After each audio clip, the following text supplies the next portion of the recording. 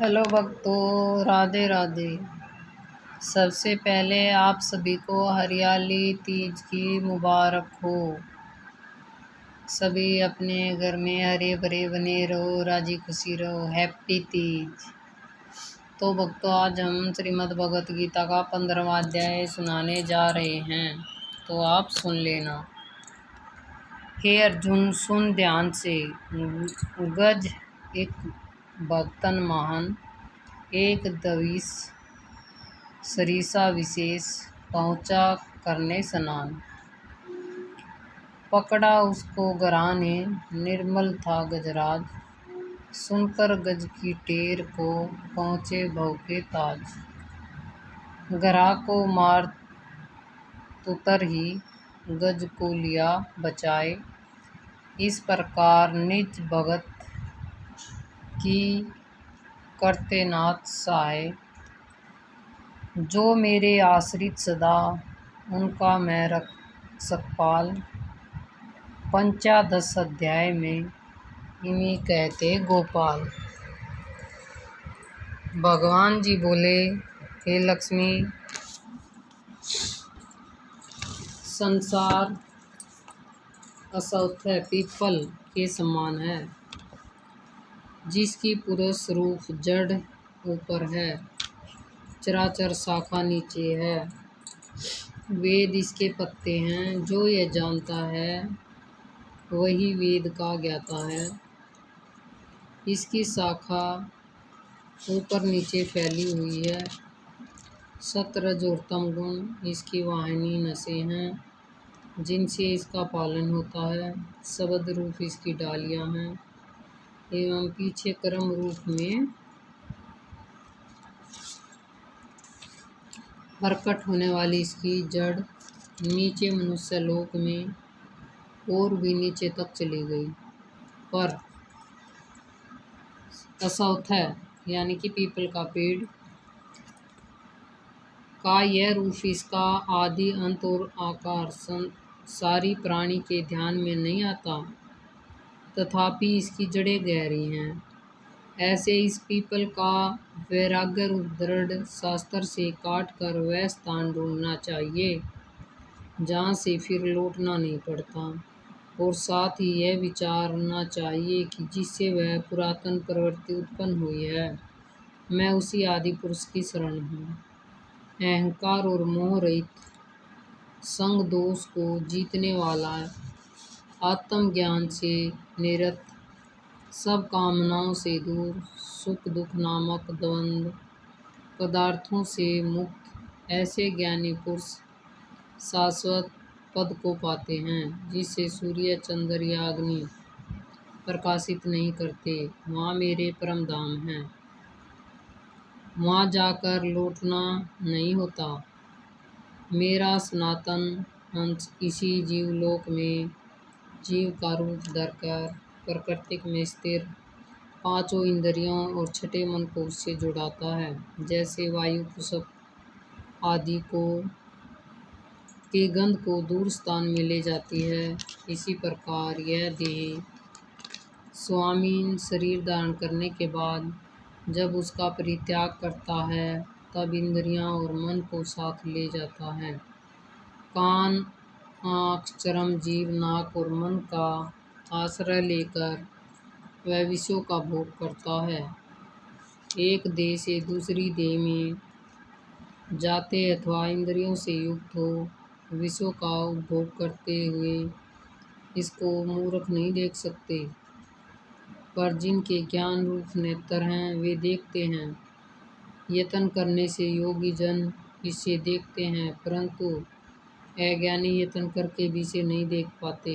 जो तेज सूर्य चंद्र और अग्नि में वर्तमान है और जगत को प्रकाशित करता है, उसे मेरा ही तेज जानो।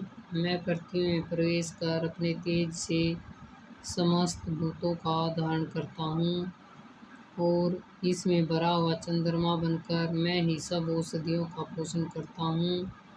मैं जठर अग्नि होकर सब प्राणियों की देह में प्रविष्ट हूँ, और प्राण वायु अपन वायु से संयुक्त होकर चारों प्रकार बक्सै भोज्य चोसै लेहा से भोजन किए हुए प्राणियों के अन्न को पचाता हूँ।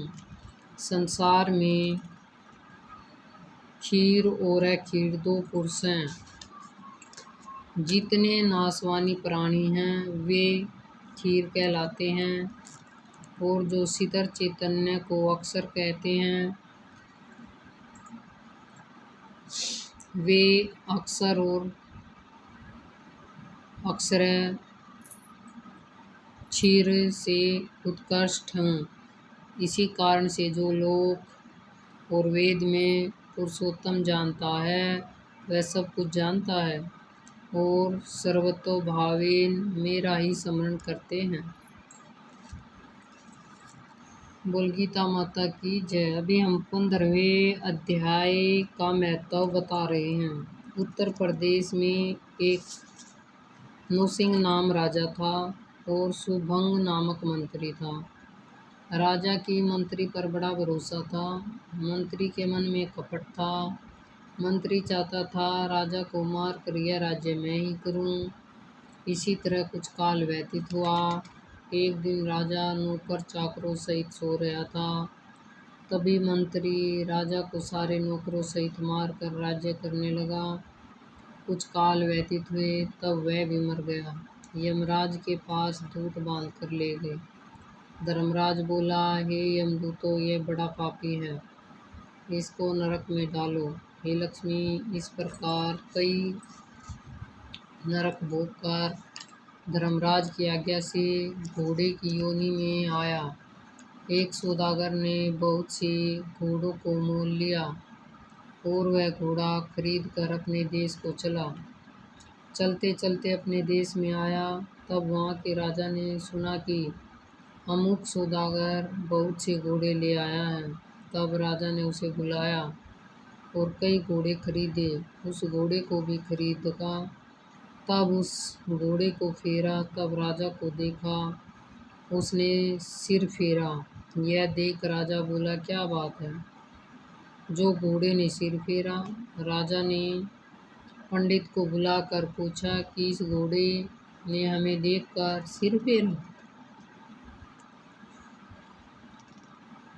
इसका क्या कारण है? पंडित जी ने कहा, हे राजन, इस घोड़े ने तुमको सिर नवाया है। राजा ने कहा, यह बात नहीं। कई दिन पीछे राजा शिकार खेलने को उसी घोड़े पर सवारी करके गया। वह घोड़ा बहुत तेज चलता था। राजा शिकार खेलता खेलता बहुत दूर चला गया। उस दिन राजा ने जाते ही शिकार मारा। राजा बहुत प्रसन्न हुआ। राजा घोड़े को वृक्ष से बांध कुटिया में गया तो साधु अपने पुत्र को गीता जी के 15वें अध्याय का पाठ सिखा रहा था। वृक्ष के पत्ते पर श्लोक लिखकर बालक ने कहा, खेलते भी रहो, ऋष को भी कंठ करो। उस पत्ते को घोड़े ने देखा तो तुरंत उसकी देह छूट गई। देवी दे पाई, स्वर्ग से विमान आया, 30 पर बैठ वैकुंठ को चला। इतने में राजा जल पीकर बाहर आया। देखे तो घोड़ा मरा पड़ा है। राजा चिंतित होकर बोला, यह घोड़ा किसने मारा? इससे क्या हुआ? इतने में वह बोला, हे राजन, तेरे घोड़े का चैतन्य मैं ही हूँ। मैंने अब देवी दे पाई है, वैकुंठ को चला हूँ। राजा ने पूछा, तुमने कौन पुण्य किया? घोड़ा बोला, यह बात ऋषेश्वर से पूछो। राजा ने मुनीश्वर से पूछा। मुनि बोला, हे राजन, गीता जी का श्लोक लिखा हुआ पत्ता इसके आगे पड़ा है। घोड़े ने यह अक्षर देखे हैं, इसी कारण घोड़े की गति बढ़ी।